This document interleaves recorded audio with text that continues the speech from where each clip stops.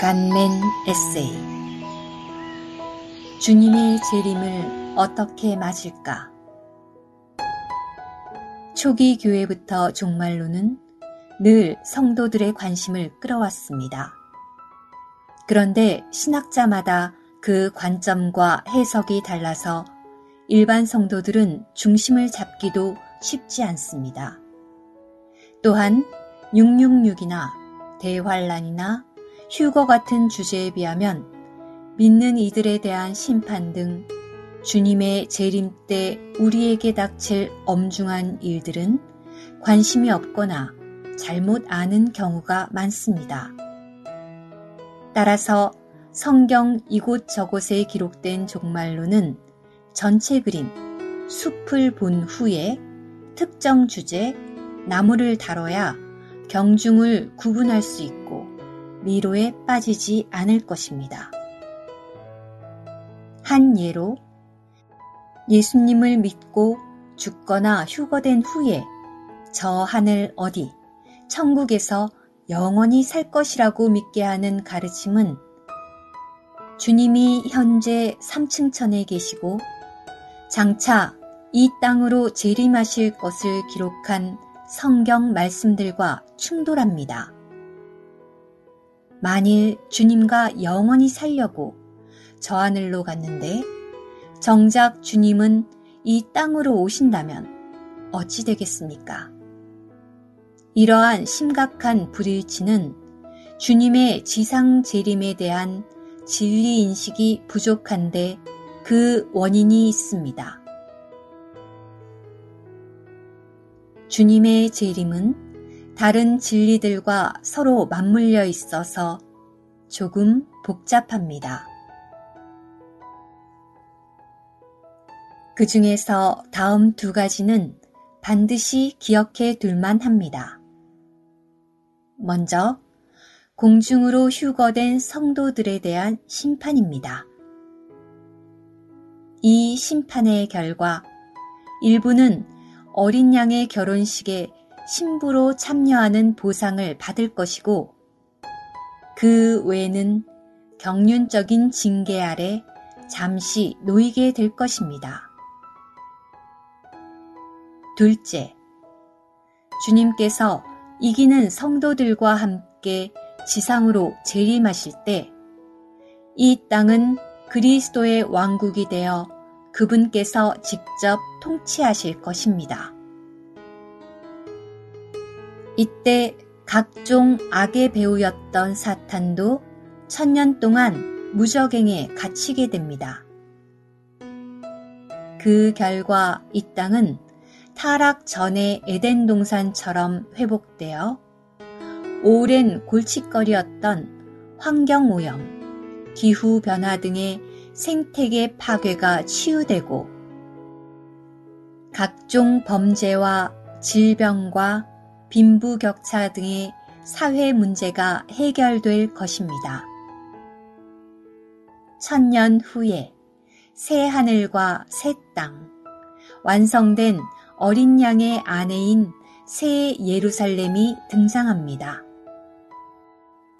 아침에 누린 아래 말씀은 위 큰 그림 중 경륜적인 징계에 해당하며 믿는 우리에게 주는 엄중한 경고입니다.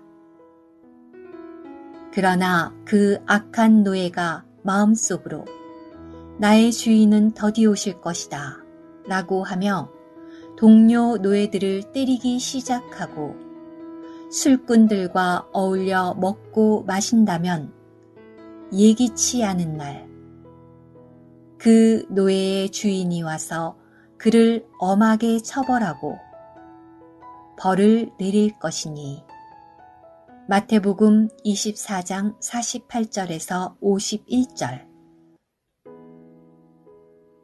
마태복음 24장 25장은 주님의 재림 때의 징조와 이 시대 끝에 믿는 우리가 어떻게 살아야 할지를 말씀합니다. 참고로 여기서 믿는 이들은 처녀와 노예라는 두 신분으로 다뤄지는데, 처녀는 생명 방면을, 노예는 주님께서 값을 치르시고 사신 노예로서 봉사, 일하는 방면을 가리킵니다. 위 본문은 주님이 더디 오실 것으로 믿고 이 땅에 사는 동안 주인의 위임을 실행하는 데 불성실했던 노예에 대한 주님의 징계를 말씀하고 있습니다. 예전에 동료 노예를 때린다는 이 말씀을 읽었을 때는 진짜 때리지는 않더라도 말로 다른 사람을 아프게 하는 경우를 포함할 것 같다는 생각을 했습니다. 그런데 이번에 추구하면서 우리가 동료 믿는 이를 비판하거나 반대하거나 멸시함으로써 그를 학대할 때, 그것은 주님께서 보시기에 그를 때리는 것이다. 우리는 쉽사리 어떤 인식도 없이 이러한 위험에 빠질 수 있다. 이라는 설명을 대할 때 제 안에 새로운 느낌이 생겼습니다.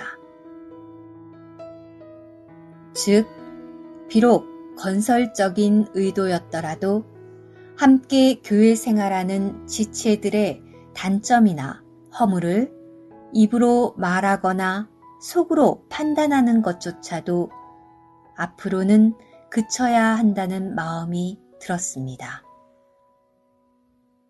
술꾼들과 어울려 먹고 마신다는 것은 진짜 알코올에 취하는 것뿐만 아니라 세상적인 것들로 취해 있는 세상 사람들과 사귀는 것입니다.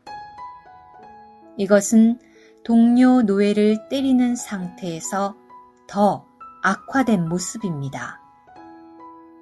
그리고 꼭 직접 대면하지 않아도, 예를 들어 인터넷 등에서 세상 사람들이 하는 것, 또한 그들이 보는 것을 양심에 거리낌 없이 따라하는 것도 술꾼들과 어울리는 것일 수 있습니다.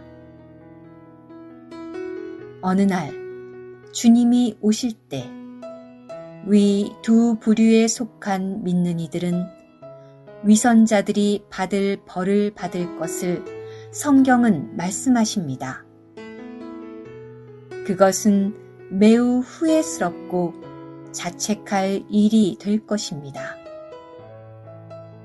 어떤 이들은 이 두 경우를 불신자로 보기도 합니다. 그러나 불신자는 결코 주님을 자기 주인으로 생각하거나 그분의 재림을 의식하고 살지 않습니다.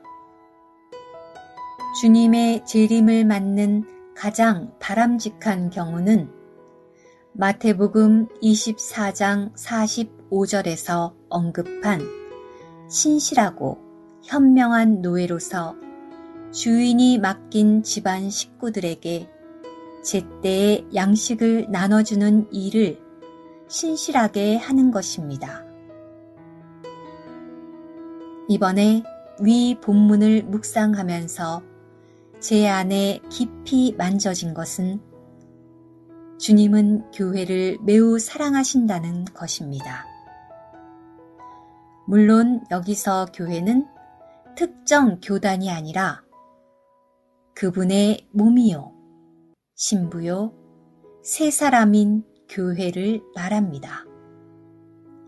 이 교회는 그분의 각종 지혜를 전람하실 수단이자 하나님을 표현하고 만물을 다스리게 하시려는 그분의 인간 창조 목적을 이루는 주인공입니다. 그렇기에 주님은 이 교회를 돌보고 양육하는 사람은 귀히 여겨 보상하시지만 교회를 괴롭히고 세상과 하나 되어 교회 간증을 흐린 사람은 반드시 그 책임을 물으실 수밖에 없으십니다. 오 주님, 당신이 다시 오실 때 신실하고 현명한 노예로 발견되기를 소망합니다.